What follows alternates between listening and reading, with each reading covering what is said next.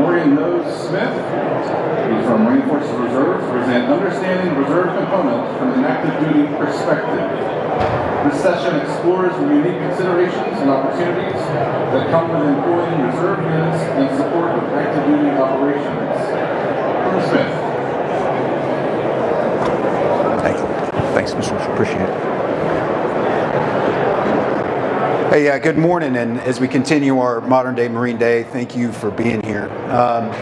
So what I intend to inform you of, so I active component Marine my entire career, and I started in the Reserve Matters about 4 years ago. And what I hope that we can take away from this is some of the idiosyncrasies and unique elements of serving with the reserves, highlight some of the strategic importance of the reserves, and then why our Commandant identifies prioritizing the reserves amongst his Commandant's priorities. So by way of background, I spent my career as a West Coast Cobra pilot in Marine Light Attack Helicopter Squadrons. I deployed to Iraq and Afghanistan. I deployed to Unit Deployment Program in Okinawa. Spent some time with the Brits, did an amphibious deployment in the Mediterranean. And then also spent some time at Plans, Policies, and Operations. And throughout that time, I no doubt served alongside Reserve Marines, but I didn't really know or understand what that was or how integrated they were into the Marine Corps. In 2021, I was selected as a Site Support Commander in Belle Chasse, Louisiana. I was so uninformed with the reserves at that time, I had to look up on Google where Belle Chasse was, learned it was in Louisiana outside of New Orleans. I would do that for 2 years from 21 to 23, and then PCA'd to Marine Corps Support Facility, New Orleans, where MARFORRES is headquartered. Served with FHG Force Headquarters Group as the G3, and then now as the MARFORRES G35. But what I learned during this time is that the reserve component was a whole new world that I hadn't been exposed to at this point. I stepped into a world where all of a sudden new things were thrown at me. IDT, AT, AFTP, RIDT, HTC, AD, AR, SMCR, IRR, the RAID, the McCram, 12304 Bravo, 12301 Alpha, 12302, mobilization, activation, all things that were completely unfamiliar to me. I thought I knew the Marine Corps. I knew MAGTFs, I knew MEWs, I knew MEFs. I didn't know anything about this whole new lexicon that I was falling in on. I had desktop pubs in my world that had been there for years, things like the Assault Support Tactical SOP, things like the Naval Aviation Training SOP, our ASTAC SOP, and our NATOPS. All of a sudden, those were replaced by the Marine Corps Reserve Administration Management Manual and the Reserve Activation Integration Deactivation Order, the McCram and the RAID. So what we'll talk about today is some things that I took away from this experience and that I continue to learn and build upon now. I've gained a tremendous amount of value from being with the reserves, with Reserve Marines and serving within MARFORRES. We'll talk about the structure of MARFORRES, the people and some of the units. I'll share with you some leadership lessons that I've taken away in my time with the reserves. I'll talk some about the authorities and how we activate Reserve Marines. And I'll talk to some of the unique training considerations that we have. So within MARFORRES, we're governed by Title 10 Code, as all reserve forces are. The Title 10 U.S. Code defines the purpose of the reserve component to provide trained units and qualified personnel to the active duty in times of war, national emergency, or when national security requires it. What that means for us is that Marine Forces Reserve provides a strategic force in readiness in response to global crisis. At the same time, we're providing an operational reserve supporting the active component when they need it. And that's what we see most often right now, units and Marines that are deploying to relieve, support, and augment the active component. What's hidden amongst all this, and what was hidden for me, is you have Reserve Marines serving right now in every MEF, on every Marine Expeditionary Unit, and deployed or activated in every geographical combatant command, to include SpaceCom. The Marine Forces Reserve Marines, represent about 15% of the total deployed force across the globe right now. And most of us have no idea how much they're providing. So we'll talk about the people within MARFORRES for just a second. So when we think about reservists, certainly from my perspective 4 years ago, I think of 1 weekend a month and 2 weeks a year. That's your select Marine Corps Reserve, and that's about 26,000 Marines across the force. And they come from every walk of life. I guarantee you have Reserve Marines as civilians in the industry booths walking around here today. We have doctors, lawyers, full-time students, business owners, construction workers, pilots, mechanics, AI experts, every walk of life represented within the reserve component. And when we say 1 weekend per month and 2 weeks a year, I guarantee you that they give a lot more of that. The 1 weekend a month and 2 weeks a year is the minimum requirement for them to serve.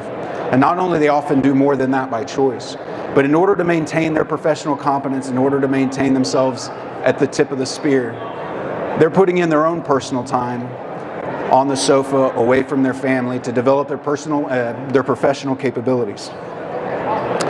So shifting away from the SMCR, you also have the Individual Ready Reserve, the IRR. And that represents about 35,000 former Marines. So as you step away from active duty, depending on how long you served and where you were in your contract, you have an obligation to serve within the IRR.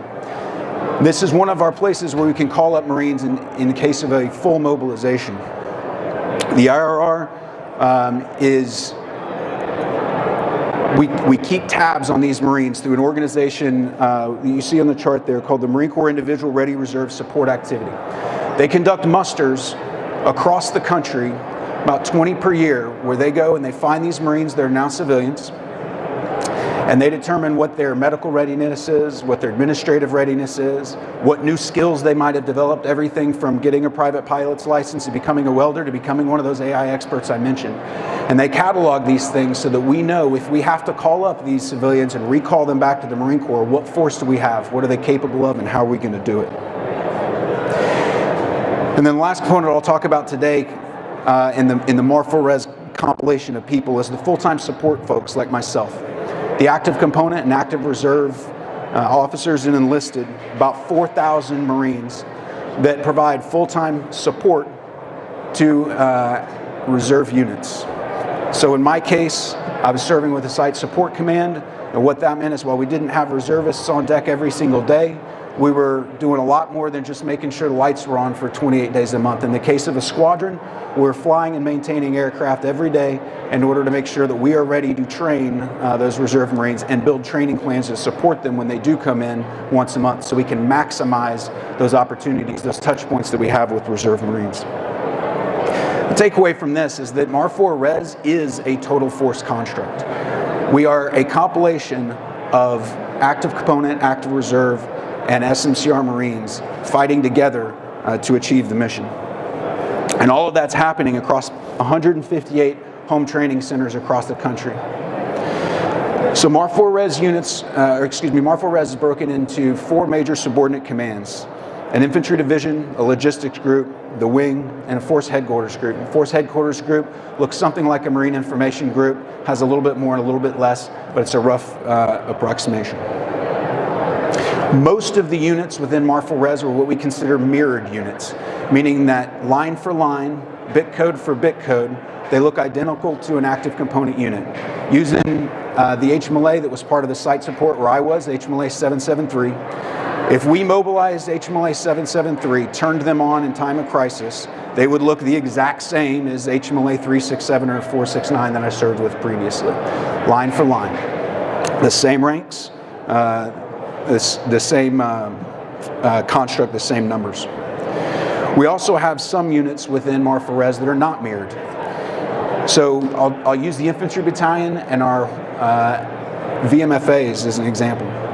So MARFORRES is at the tail end of the force modernization plan. So our infantry battalions right now do not look mirrored to a modernized infantry battalion because they're legacy infantry battalions. We have a plan that our infantry battalions will rotate to the unit deployment program. When they come back and go into their dwell period, they will modernize. But right now, we're utilizing those periods, those battalions, to relieve the active component, allowing the active component to take a step back and modernize while the reserve component and the reserve units step forward to take parts of the UDP mission. Additionally, our VMFAs, our Hornet squadrons, they will see the F-35 last. So right now they maintain legacy Hornet units. These are non-mirrored units. And then lastly, we have some really unique capabilities within MARFORRES that don't exist anywhere else in the Marine Corps.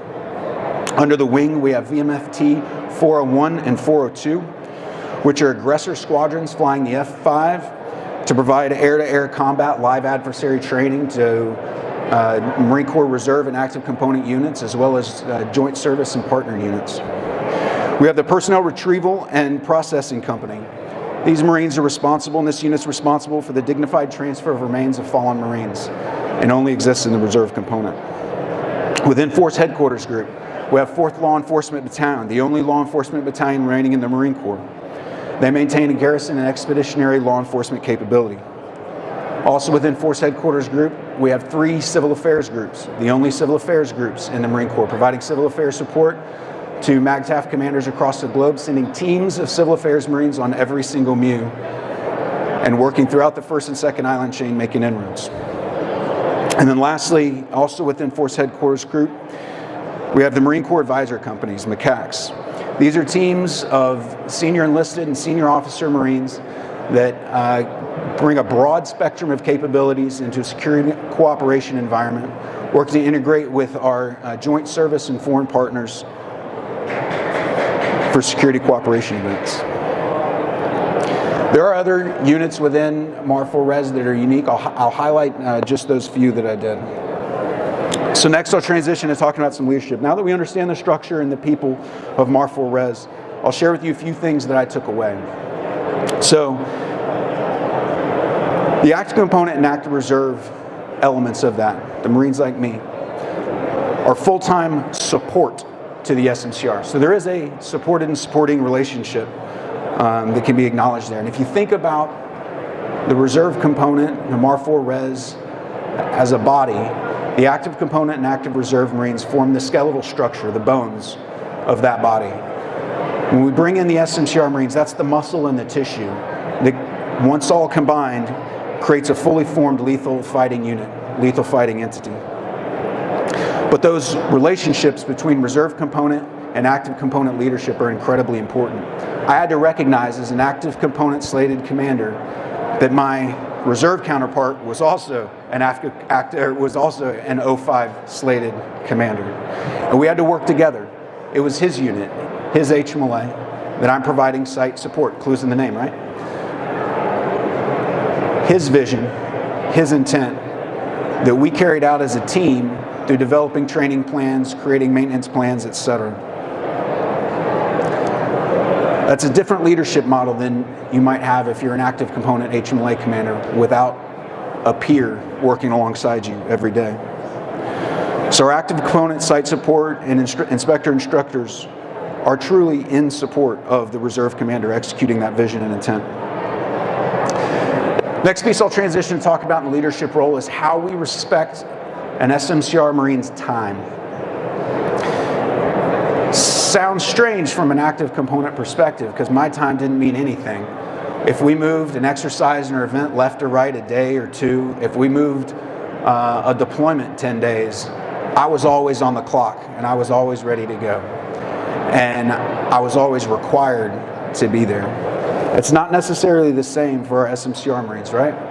Because those other 28 days of the month, they have lives and careers and family commitments and school commitments and everything else that goes along with a full-time life outside of the Marine Corps. So I'll use a drill calendar as an example, not intending to make anybody planning experts. But when we say to our reservists a year in advance, hey, we're going to drill the first weekend of May, they're arranging their lives around that. They're arranging their family commitments, they're arranging their professional commitments, they're arranging their school commitments around that. So when we shift that because this guy didn't do his planning well enough, that breaks faith with those Marines. And now I'm no longer supporting the reserve component commanders, the unit commanders' vision and intent, because I'm breaking down the morale of the unit. I'm breaking down the unit cohesion. So what we aim to create is a pre-planned, repeatable, budgeted training plan, and I'll come back around to that in just a minute, so that it's a consistent thing for those Marines. And so we get the planning right to make sure that they're there. And that's one small example of how we have to make sure that we're respecting our Reserve Marines' time, because they do flip their lives upside down to support this. And when we ask them, say, hey, sorry, just kidding, it's not the first weekend of May, now we're going to do the second weekend of May, they're still going to be there. They're going to go through all that trouble in their lives to be there because they love this and they love being Marines. But it puts burden on them, and you start to break down the unit. And then the last piece I want to talk about is I mentioned from the leadership perspective, I mentioned the 158 sites spread out across the country. When we talk about distributed ops, distributed maritime ops, leadership over long distances, command type orders, intent, these kinds of things, those 158 sites are spread out from Hawaii to Maine, from Florida to Alaska. Our reserve leadership is executing distributed operations leadership every day. Going back to the example of my site support at Belle Chase, HMLA 773, that flag is in New Jersey, the detachment is in New Orleans. So that reserve commander was trying to figure out a way to bridge those two things every day. How do we do exercises throughout the year to bring the entire unit together?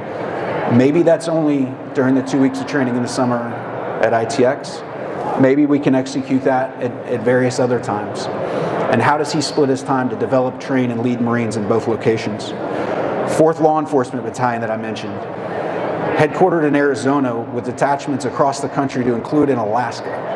That's an incredible opportunity for those leaders to develop and show how good we are at distributed operations. So if that's some of the people in the structure and the leadership challenges, how do we access these Reserve Marines statutorily?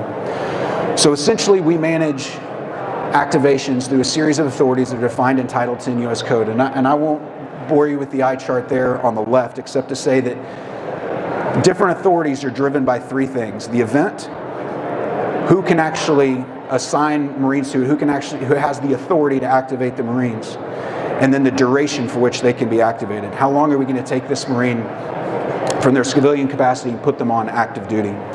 So the event ranges everything from a global crisis to a governor requesting federal assistance in response to a natural disaster. The authorities could be Congress, it could be the President, it could be the Service Secretary, or it could be the Secretary of Defense. And depending on the level of the event, those levels change. And then the duration, again, depending on the level of the event, can change. Anything from the entire duration of the crisis plus a little bit of time on the backside down to 15 days. What I will focus on is one of the authorities that we use commonly now for our global force management operations, for our deployment commitments for our Reserve Marines, which is 12304 Bravo. This is a Service Secretary involuntary call-up in response to pre-planned, pre-budgeted missions that support combatant commander requirements. And those Marines can be activated for up to 365 days. Those 15% of deployed Marines across the globe, most of those right now are on 12304 Bravo orders. 2nd Battalion, 23rd Marines Infantry Battalion right now is activated on 12304 Bravo orders to support the unit deployment program in Okinawa. And I'll kind of zero in on them as an example. So how this works is in the years leading up to the event, we as a Marine Corps are using the Global Force Management process to define when these units are going to go. Once we get to about 180 days out, we put those Marines on a notice activate, which locks them into that deployment. They then all congregate at their home training centers across the country and then get moved to, I'll get activated from there, and then they get moved to a pre-deployment training site. In the case of the Infantry Battalion, this is 29 Palms, California. They then deploy to Okinawa, they're there for 6 months, and then we reverse that process on the backside. They all come back to a common site, we disperse to their HTCs, they deactivate, and they turn back into civilian Marines. At that point, they enter a 1-to-4 mobilization, excuse me, a 1-to-4 mobilization to dwell ratio. So on the active component, it's 1-to-2, and the reserve, it's a 1-to-4, which they can waive. They can waive personally, or depending on the nature of that crisis, it can be waived for them. The important part to recognize is that activation time of 365 days for this UDP unit That's inclusive of all those things that I mentioned. HTC, they get activated, they go do their pre-deployment training, they go to the deployment, and they come back. All of that has to happen within that 365 days. It also means that that Marine's deployment started when they activated and left their HTC. That's when they left their family. That's when they put everything behind. That's when they left their livelihood for a year to go do these things. I mentioned that we lock them in 180 days out. As an active component Marine, I can't tell you how many times I was going on deployment and we changed names out 10 minutes before flight left. We can't do that as quickly with reserve component Marines because of where those authorities lie. At that 180-day mark, thereabouts, we notify that Marine's Congress people as a constituent of their congressional district. We notify the representatives and the senators that are responsible for those individuals. And then that trickles back down into us activating those Marines. That process doesn't happen overnight. Now we can move it quickly, and we have some people in the crowd that can help us move that quickly, but that is a process. And it's something we have to go through when we decide to change a Marine out on a deployment, or if the Marine's already deployed, to bring them back and put out a replacement. Which is why we look for these commitments to be predictable, repeatable, and budgeted. Because these Marines are giving up, as I said, their livelihood for a year. Most of them are volunteering to go in this involuntary call-up.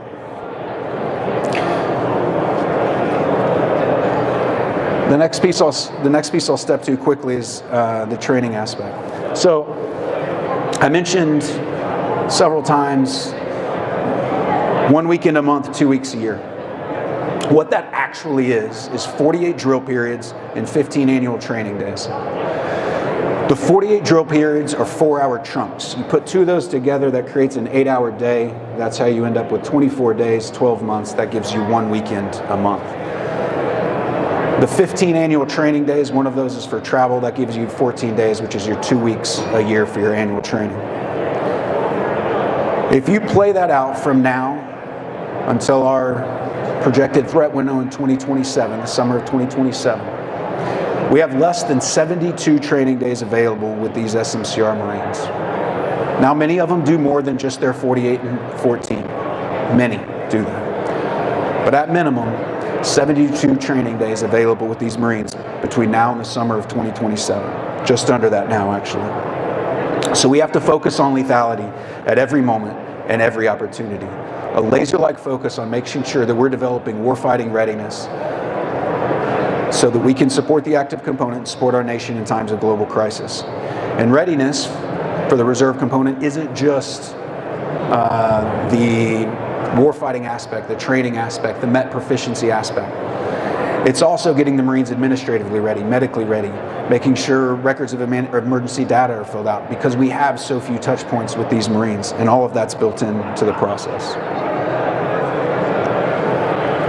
So before I turn it over to Q&A, and I'll take any questions up until I get hooked off the stage, I just want everybody to understand I'm absolutely humbled and honored to serve with MARFORRES and to have learned what I've learned about Reserve Marines. I think 4 years ago, if you had asked me what the greatest compliment I could say to a Reserve Marine is, I would have told you it would have been something like, "No, I didn't realize you were a reservist. You look just like an active duty Marine."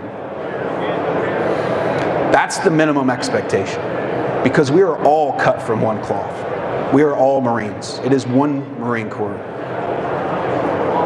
What I've taken away now is that we have this incredible cadre of talent across the reserve component. And I've learned things from every Marine that I've been around, active duty and reserve. And what I see when I look into the reserve component is a huge pool of untapped resources that will have strategic value to the Marine Corps in a time of global crisis, because we are all Marines. Your reserve Marines are everywhere. They're walking around this building right now. You're passing them on the streets as civilians, and they are absolutely ready to go into the fight. In case of a large-scale global crisis, those numbers that I mentioned before, the 26,000 SMCR Marines, the 35,000 IRR Marines, we'll have about a third of the Marine Corps combat fighting power as reservists. It will be. And if you look at that picture right there, near and dear to our hearts, the Marine War Memorial, 2 of those 6 flag raisers, Corporal Oliver Hayes and Corporal Harold Schultz, were reserve Marines. A third of the Marines raising that flag are reservists. Thank you very much for your time today, and I'll take any questions.